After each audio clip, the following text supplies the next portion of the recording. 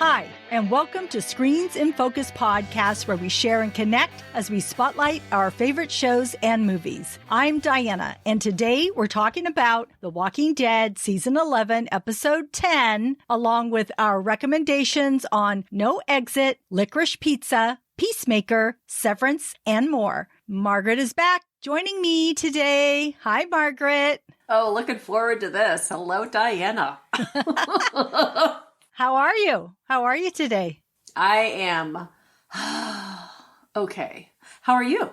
I'm great. I'm so looking forward to our conversation, of course. I know. It'll be interesting.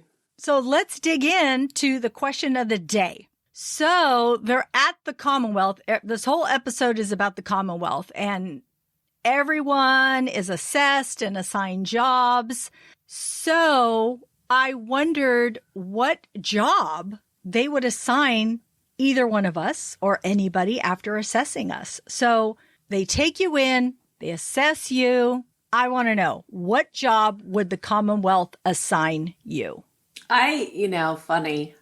They would probably, given my resume, they'd give me something creative. So because of my resume, not that that's all I can do.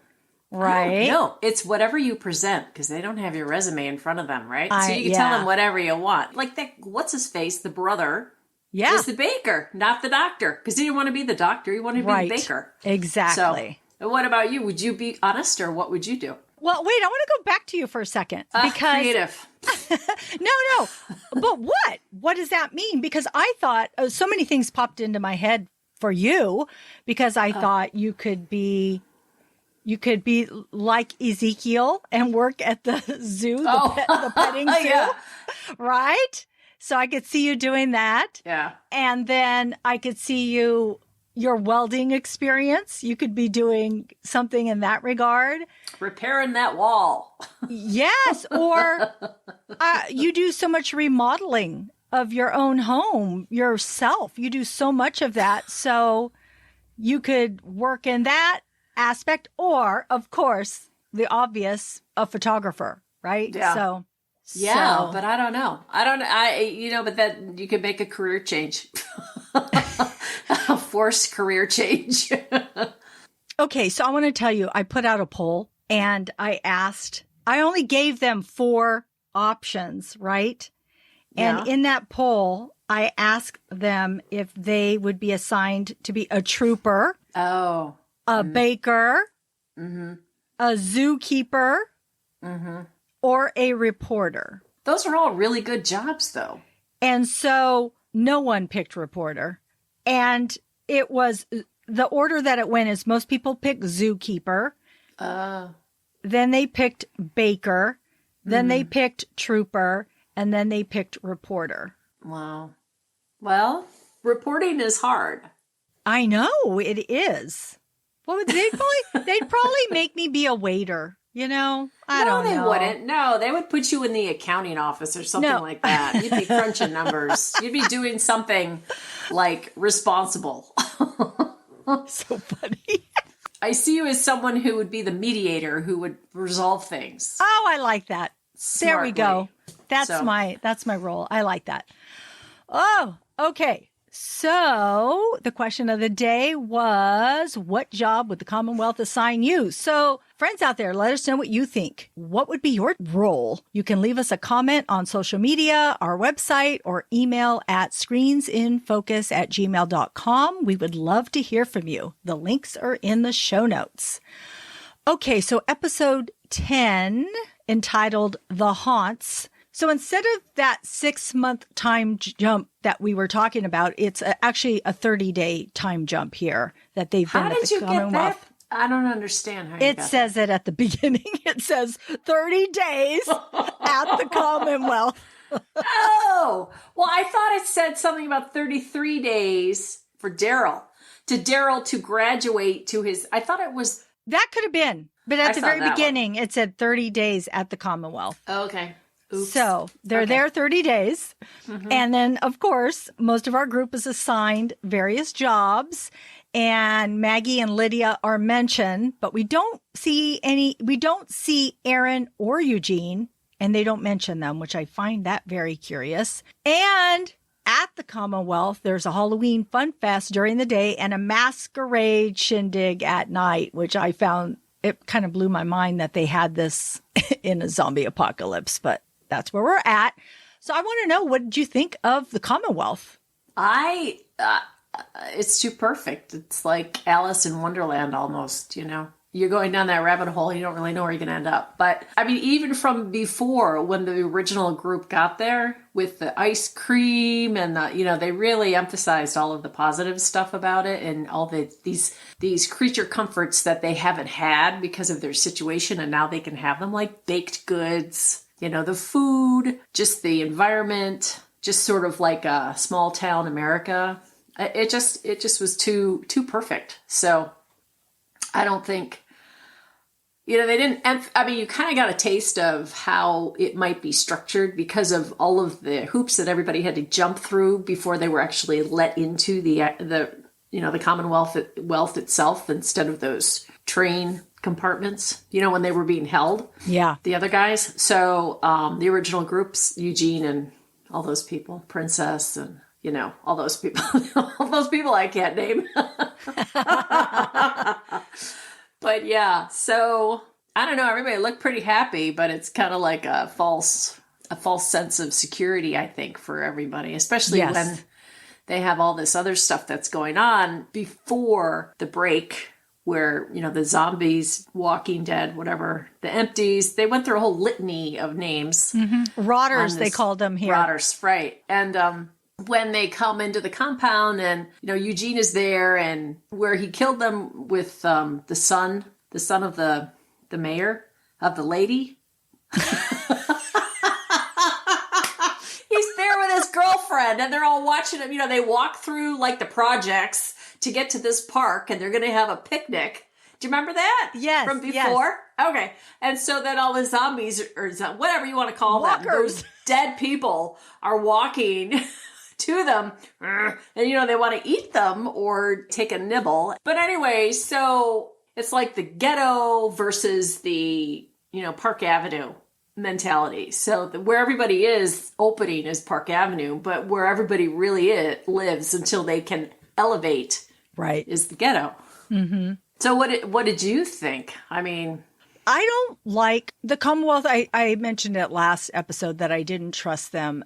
And every time we see, what we call civilized, something's always wrong, right? Every place that they've ever been that's built something, there's always problems, issues, following their rules, their way. And so, it's coming. And I actually don't like everything all pretty. I'm like, no, go back to The Walking Dead. Go back to On the Road, in the prison, all those things. I like all that.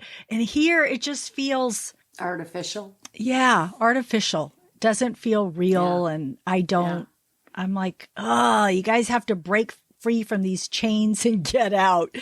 But I do think it's a little bit of a nice experience for the kids because they've never had anything like this. They're always fighting. They're always on guard. I was thinking that Judith had never had cotton candy before, and this was her first time, and she's never been to a record store. So she was getting to have these experiences that she never had before, which was nice for them. It's nice for kids to be kids. But yeah, the adults, I don't see them, our group, staying there that long. I really don't. No. At least not the majority of them. And we see how you were saying there's such a difference of how people live. When Daryl and the kids were in their apartment, that music was blaring, and Rosita says, these walls are paper thin, we can't sleep. She says, oh, I never thought I'd have to worry about money like I do now. And yeah. And then that, which was so interesting. And how that one wait staff person said she's never had mango. It was a piece of fruit. Or for her kids. Yeah. For her kids. I'm like, oh my gosh. And she lives here. This is where she lives. And she can't have mango. Right. But yet some people can have mango. We see it throughout the whole episode. And also Ezekiel being at the bottom of the list. So even, the medical care, people have to move up the ranks to get medical care too. So I don't know. To me, it seems like a socialist type of situation from a top level where everybody just kind of has to work, and maybe they get given a ticket, the golden ticket so that they can step up, unless they become part of the machine and then they are advanced economically, housing, the whole thing faster.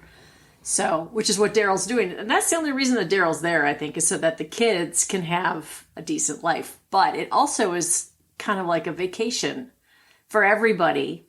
And, vacations don't last, right? They all come to an end. Yes. So, well, I kept thinking, can they leave if they want to? I mean, I guess they can, but I would always be worried. I don't think so. That would be the first thing that I would be worried about is like, are you going to let me leave? Are you going to give me my weapons? Yeah, I don't know. No. It feels too controlling for me. Oh, yeah, totally. But I mean, when Carol brought the wine in and the guy in the lavender suit at that time, Mr. Springtime Colors, he said, "Oh, you figured out how to get out of the through the walls or out of the walls," or whatever he said. And so you knew that was a no-no, right? Yeah. Because she got out and got back in. And he was kind of cleverly, hey, so maybe she's somebody. I think that guy, so I'm kind of jumping what my commentary is, but I really feel like that guy is positioning because he sees he's going nowhere. He can't please whatever the Pamela Milton. Pamela, yes. He can't please her. And, he's getting some help from some ingenious, inventive people who just came in, our group. And he's probably going to align with our group, just like I think Mercer eventually will align with our group. That's what I think. And they'll all cut out of there. But it's a really nice compound. So do you stay or do you go? Yeah. I don't know about this Lance Hornsby guy, if I would really see him aligning. I think he wants to align with Carol. I think he likes Carol. But whether Why do you say that? Why? Why what? Likes her how? Well, at first, I think he likes that she can help him, but I think that there's just something about her that he likes. And he's probably just likes what he thinks is a strong woman. And that's what she is to him. Yeah, and that could be it. That could be it. Maybe it's just that friendship. He just, there is something that he likes her because I think he would have done something knowing that she got out. I just think he might have reacted differently if it had been somebody else. Oh, totally. But I love Carol. I love her. And she's so good at what she does. And she knows how to play all the parts. And just like you were saying earlier, in her assessment, she knew what role she wanted to play. And so she only divulged what she wanted to divulge. And the same thing with Daryl. Yeah. They both are good at portraying what they need to portray at the moment. And I think that's why they have both survived. And then we saw how Daryl and Rosita went on that training with Mercer. And he basically tells Daryl that you have to set each other up to win. And so that's why Daryl decides to give, after he catches Tyler, to give the credit to Sebastian. Because right now he's just trying to move or play by their rules and work his way up. Yeah. He's manipulating them. But I don't think he's enjoying it. Yeah. I mean, you think he goes along and he's, what you just said, it sounded like you were saying he was pretty open to like conforming and all that. No, I don't think so. Okay. No.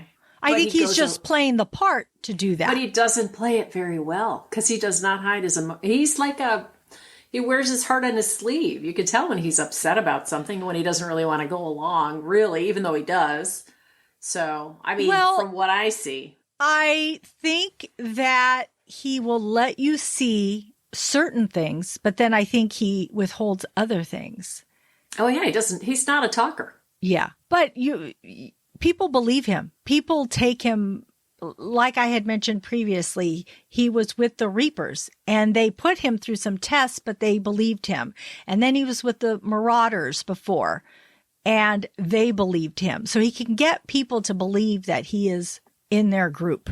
And so I think that's what he's doing here. And I think he's feeling out the situation and I think it's because of the kids right now. He wants them to, be kids. He wants them to enjoy this right now until he can assess what this place is and then figure out how he wants to move forward. So I don't know. I like seeing them like this. I like, when he gave up that guy Tyler to Sebastian, oh, it just killed me. And I thought, wow, Daryl, the fact that you did that says a lot about you, because I would want to get credit. I would be like, I did it. I captured the guy. But no, again, he's playing the role. He doesn't care about getting that credit because he's trying to right now gain that credit with Sebastian and with Mercer. Right now, that's what he's trying to do. So I thought that was all very interesting. And yeah, Sebastian, oh my gosh. I don't know. I think that he is going to die a terrible Walker death in the future. Probably. We're going to see it. We're going to see it. So let me ask you this. Does his character remind you of anybody from a previous, run of this show? I mean, as a character? Well, not exactly, but he falls along the lines of Spencer, Deanna's son, back at Alexandria. Nicholas, who was the one that was so against Glenn and the one that got Noah killed. Oh, God, I hated him when he did that.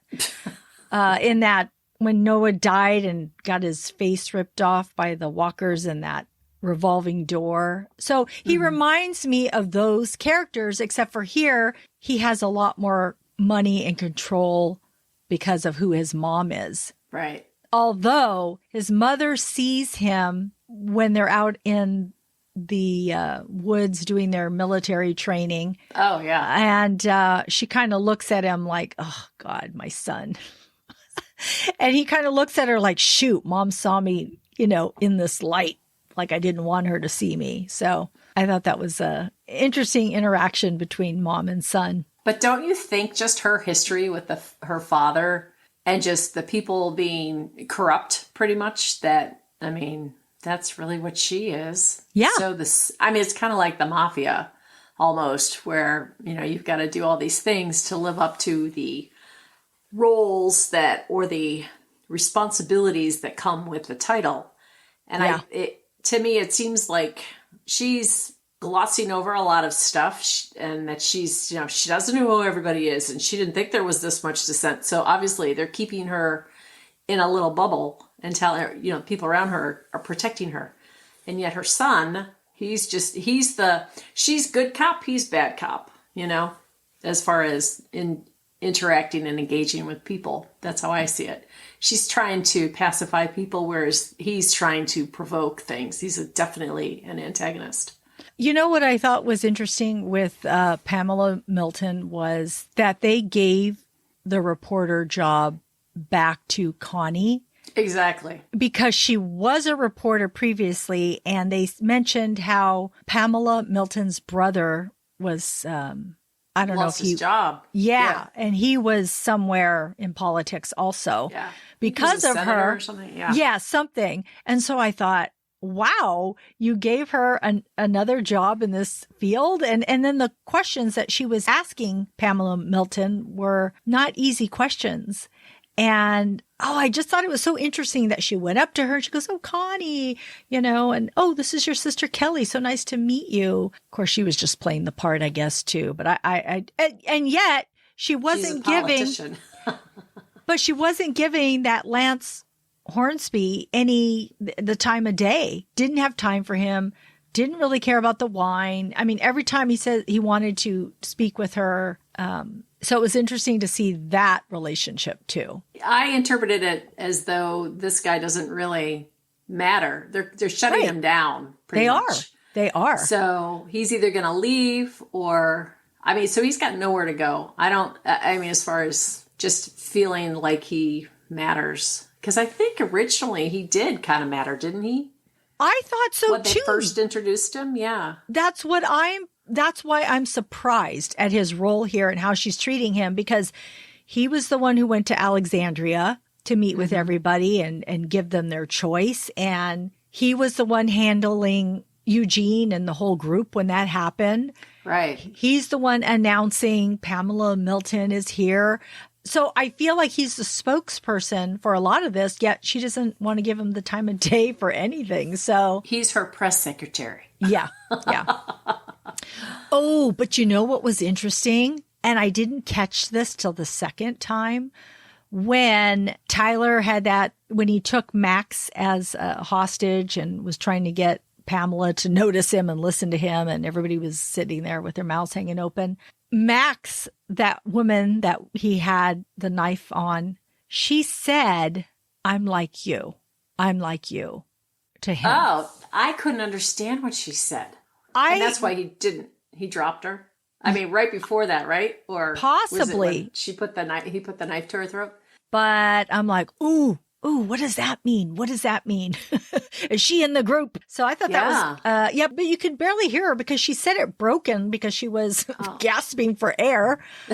So like I said, I didn't hear it the first time. I had no idea what she had said. So yeah, I thought that was kind of cool to hear. So what else stood out to you in this episode? Well, I think bringing that up about the relationship when she says that to him, and then when they're going through the houses and they find that closet, which turns into a room with all the propaganda and signage and all that kind of stuff. And I'm wondering whose room is that? Is that Tyler's room? Is that at the end of him being in his sister's house? Because he talks about supporting his sister, money. Yes. So that's why he's this, right? So, so I'm thinking he may be stowing away in there. Or that's the headquarters, or what I didn't really look like a headquarters, but I thought he was staying there. But whose room is that? We don't know. But I thought that was kind of interesting. Okay, so I went for a potty break, and I missed that Princess is actually the owner of the shop, of the record shop. So I missed all of that. So the first time I see her, the first time through, watching the show was when she was standing there on the stairs just drooling all over Mercer. So I thought that was really kind of interesting because I didn't know who she was until she opened her mouth, because she looked so vastly different from what she looked. She was done to the nines. I mean, as compared to just this crazy ass chick, and she had some grace and some class, although her accent is definitely I love it. New York. I love it. But it's still, it surprised me. And then I realized who it was after she said like 3 words. I was like, oh my God, she didn't look at anything. And she looks really pretty. She cleans up nice. Yeah. So. Oh, I really liked that part. I felt their chemistry. And yes, she looked so beautiful. And he looked charming in that suit. Yeah. Man, I was feeling it. And the way he walked up that red carpet, and Mercer had paparazzi. Even kids at the, daytime fun fest were dressed up like him. So I thought that was interesting. I mean, he was like a celebrity. And I thought, what a funny concept in a zombie apocalypse, right?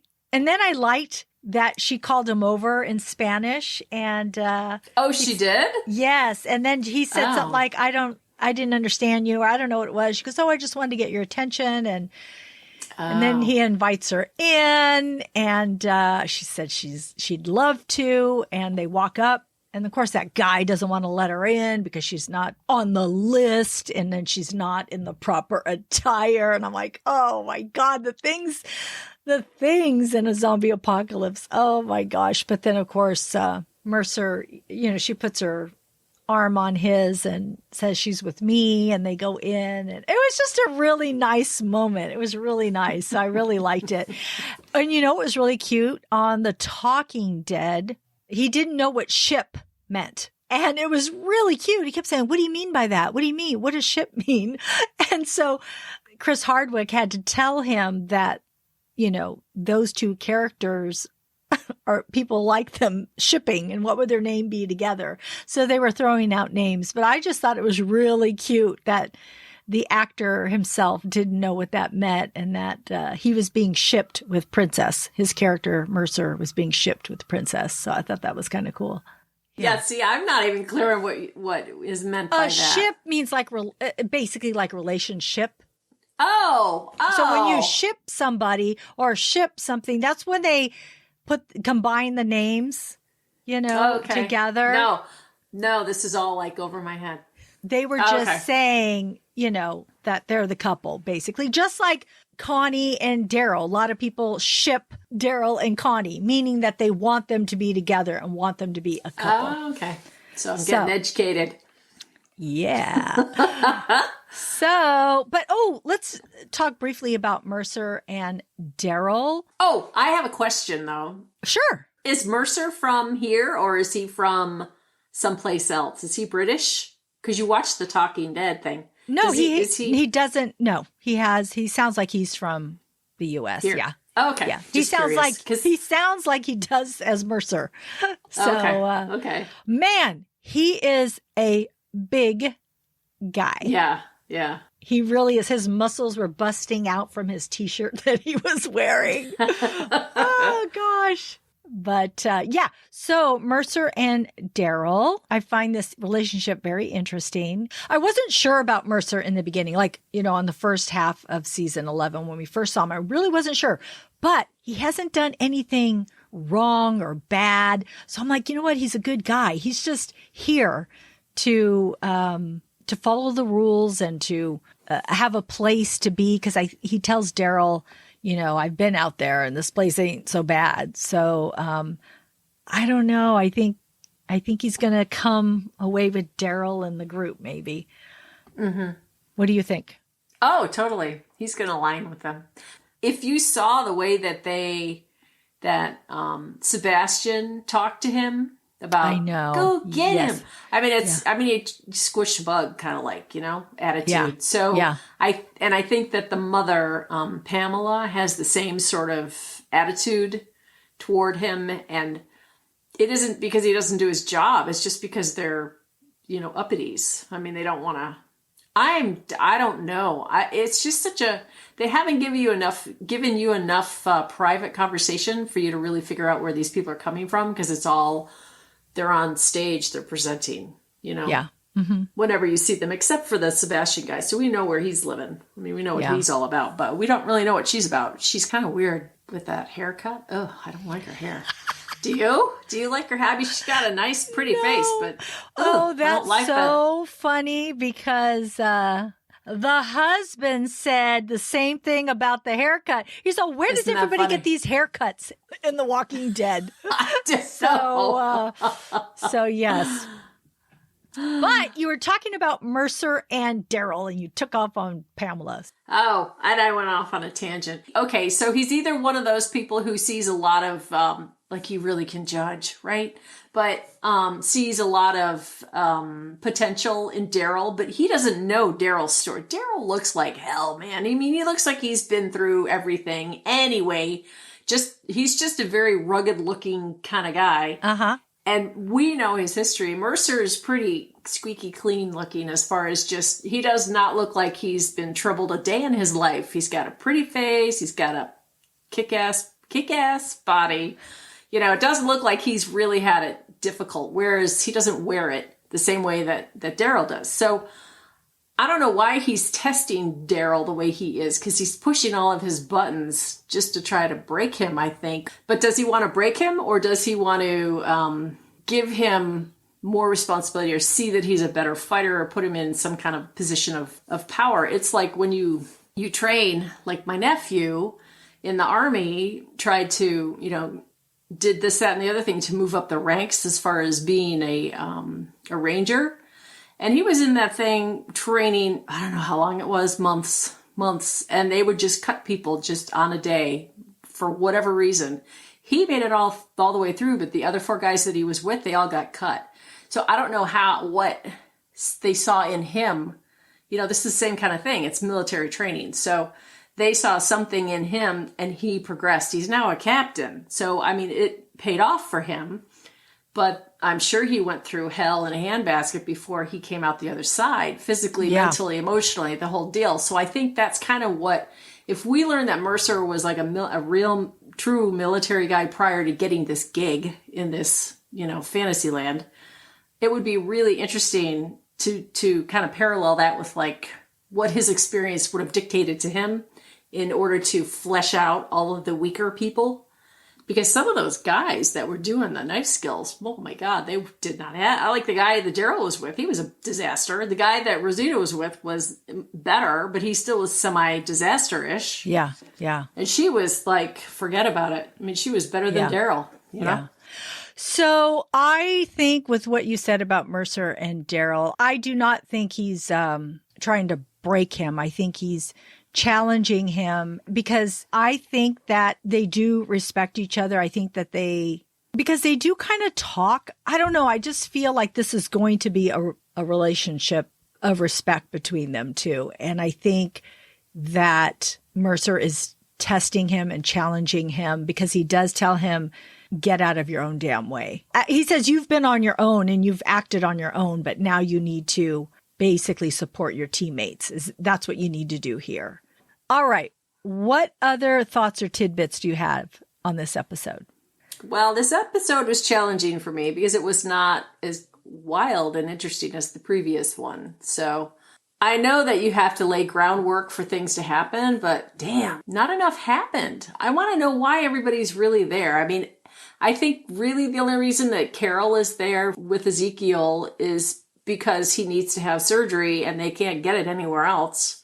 So that's why they're there. Daryl is all about the kids. He wants to give them some sense of security. This is unlike anything anybody's ever had. I think I don't really have much more commentary on anybody else. I mean, what happened to Stephanie? You know, Eugene's girlfriend. Where the hell is she? I mean, she just like poof, disappeared. And she had an apartment. I mean, I don't understand. Yeah. You know, I know that she was undermining or what they felt was undermining just by sending out, you know, looking for something better. Everybody's always looking for something better. And I think that's kind of my takeaway is that, you know, this is better on the outside. I mean, in all appearances, but it isn't ultimately. Isn't any better than anywhere else that they've been. So what do you see about it? What do you think it laid the groundwork for? The rebellion. The rise of the rebellion. I do, because I thought the same thing as you. I'm like, oh, the Commonwealth, they're around these walls. I don't want to see this. I don't want to see the carnival. I don't want to see that. I want to see the good stuff. And so, I think that's where they're laying the groundwork. I think that's why they had Tyler come out and say everything he did so everybody could see it, and that we would see all these cracks with the jobs that people had and people not having the food and people not having the care, just all of that. They wanted us to see all that so that the next episode, maybe they're going to look for Stephanie. That's what I think they're going to do with Eugene, because they haven't showed Eugene and Aaron. So I think it's setting us up for that. So yes, like you said, they're laying the groundwork. So we had to see this in order to get to the next part of the story. But I do want to say the beginning of this episode started with that haunted house, which I thought was such a bad idea. It was so bizarre. Why would you ever go into a haunted house with walkers? I could see if you had a haunted house that was ghosts or skeletons or something, but walkers, because what if somebody turned into a walker, died and then became a walker? How could you tell? And why would you put kids at risk for that? But again, all these people have probably lived here for a while, so they don't really understand the real danger. Just like how people were in Alexandria. They didn't understand the real danger out there because they were behind this wall and protected. And same thing with the people here at the Commonwealth. So I think that's just showing us how ignorant they are of the world out there. I do want to mention the Halloween costumes at the festival, because they talked about this in The Talking Dead also, how this episode was the hardest episode for all the costumes. And Vera Chow, I think, leads as the designer in this, and how she made the costumes as if, the Commonwealth people living there and only having so much supplies and putting things together. So she used things around town to recreate costumes that they could use, and how lifelike these things were. And And like that little girl that pretended to be Mercer, how it looked like she was wearing the top of a kitchen colander. Yeah, a colander on her head. And what's so cute, I don't know if you know this, but that is it Kari Payton who plays Ezekiel? That's his daughter. Oh. Don't know if I had said his name correctly, but that was his daughter. And it was the first time she had done an acting role. So he was really excited for her to be in here. And so it was cute that she was the one who dressed up as Mercer and won those 10 lottery tickets or whatever she won. So what are those about? That was what I was wondering. I know. Maybe some sort of form of money. I don't know. I wonder. Maybe she'll get some mango. I don't know. Who knows?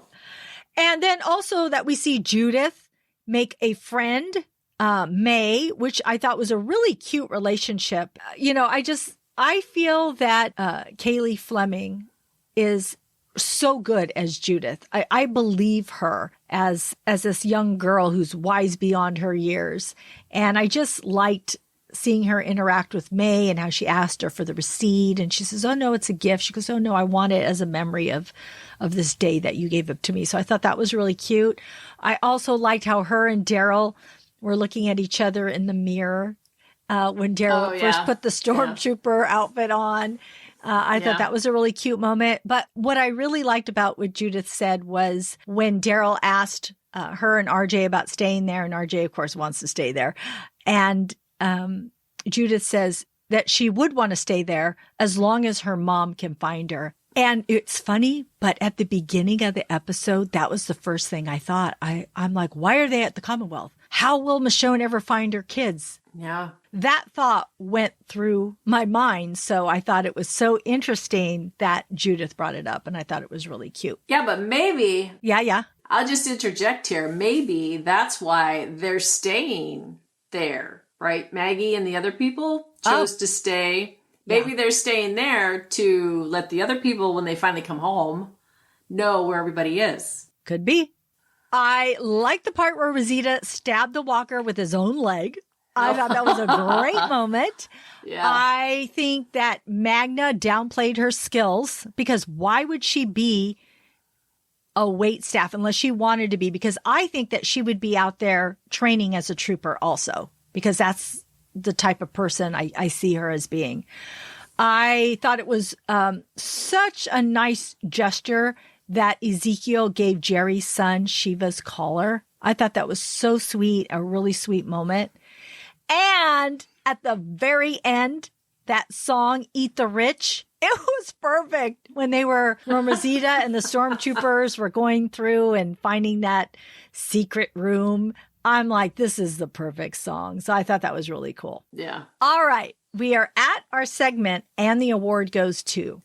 So Margaret, I want to know, what was your favorite quote, character, or moment? Oh, Rosita. I just like her, period. I've just always liked her character. Yeah, she had some cool moments here. She did. I mean, with the foot, and she's just such a team player, and she's just cool. And, she's a woman of few words, and, she's strong. Once again, she's strong. And I think that she's a really good role model for some of the people there, just to, you can be humble and still get it done, Yeah. Yeah. I love her too. What about you? I know you do. Yeah. Carol. I love it. I love that when she was walking through and she had those flowers, I'm like, where's she going with flowers? And I'm like, oh, it's just a distraction to get the keys, to get into the medical records. And I loved it when she was looking through the medical records and the doctor comes in and she's all, oh, you caught me. And she just comes clean. And thank God it was him, right? That it was the doctor that Carol knew. So that was good that she knew him, because he divulged information and told her, where Ezekiel was in the list. He was 147, and that if she didn't get his numbers up, that, he was going to die. And, Carol was so affected by that. She was crying. Oh, she knows when to play it. She figures out how to approach Hornsby. She gets that wine. I just love all of that. And she's just one step ahead. Carol. So I love it. And I liked her time with Ezekiel. I thought that was nice too.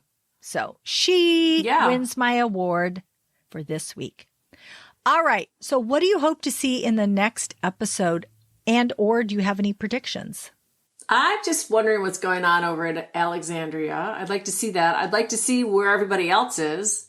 I really don't like how they separate everybody's storylines completely, even though everybody's in the same location, except for the Alexandria people.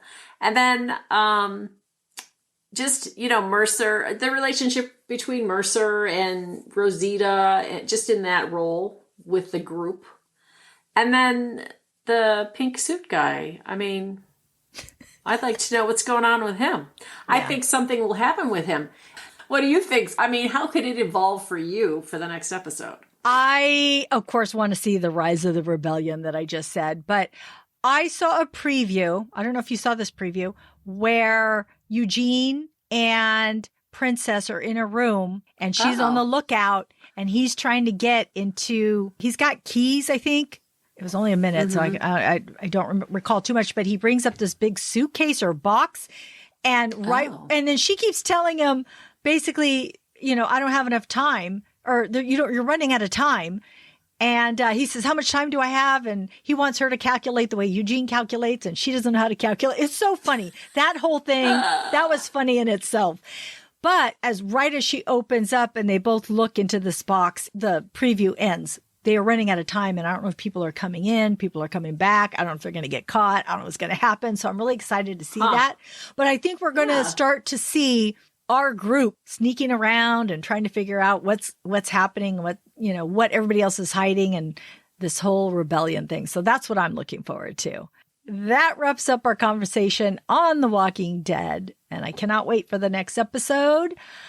But tell me, what else are you currently watching? Well, I decided Ben Stiller is doing a show Severance, which is on Apple TV, Apple Plus. And I like the people who are in it. I'm not sure, didn't have any idea, any preconceived, expectation. I just sat down and started watching it. And it just is a really kind of fascinating sort of, is this what it's like to work in the government? And it just was really kind of funny, weird. I mean, it was just really weird. And I always think of Ben Stiller as being sort of the kind of guy. But he's the writer, probably director, probably producer, probably the whole deal. And it's just really kind of a twist on traditional comedy. The other thing that I've been watching is Suspicion, which is on Apple Plus. And I started watching that when it came out and they released, I think it's every week they release, but when I picked it up, there were 3 episodes. So I watched 3 episodes almost back to back. And it was kind of interesting because it's about a kid who gets, in the top of the show, gets kidnapped, and his mommy, who is, what's her face? The blonde who was married to, Ethan Hawke. She was married to Ethan Hawke. Uma Thurman. Yeah, so she's like the draw, right? Because everybody else is sort of a secondary name, at least to us, because they're all British. But it's shot over in England, and this kid gets kidnapped because tell the truth is what they're trying to get this woman to do because she's the CEO of this company, and there's this, all these other just a very very layered sort of show, but. There are 5 British citizens who are over in New York City at the same time, and they're all being accused of having kidnapped this kid because he's, disappeared. He's a college student. So it's kind of interesting, but it's definitely twisting and turning, and people are getting killed and, taken and kidnapped and jailed. So it's been pretty interesting, but I like the Severance thing. I only saw 1 episode of that, but I'll continue with that. The show that I really liked was the movie was on Netflix, Velvet Buzzsaw from 2019. It's about the art world pretty much. And it's got a whole bunch of popular, famous people, actors in it playing characters that are really kind of goofy, weird. And it's about the galleries and then the art critics and how they swing deals and how the up and coming artists and who's going to get the show and who's going to get the space and then the managers. And then there's this dead guy who one of the managers, she's just like an assistant in one of these galleries, and she finds that he's an artist. So it's just her finding his work. And so it's just how all of that is impacted. Everybody who touches the art, who's involved with that art, who profits from the art, it's not so easy for them. So it was pretty cool, though. Then I did see Licorice Pizza on DVD. I got that. And it's very quirky. It's very, I don't know. When I was alive when you were 70s, terribly boring. To me, terribly boring. So the summers just were like, another episode of MASH. Some shows would come on and they give you a little bit of a piece, or the game shows. You get a little piece of what it was like to live in LA and the people out there and just the lifestyle and whatever. And so this Licorice Pizza thing hits the nail on the head. I mean, it's just everything that I ever imagined LA would be is in this movie. And it's shot in the valley, and it's just totally valley. And it's, again, like I said last week about Coda being a slice of life from Pennsylvania and that community. This is the same kind of thing. And it's got, some pretty big people in this one too, but it's very inventive. It's very unique. And that's it for me. What about you? I want to see that movie. I do. I really want to see it, but I'll have to get it at some point.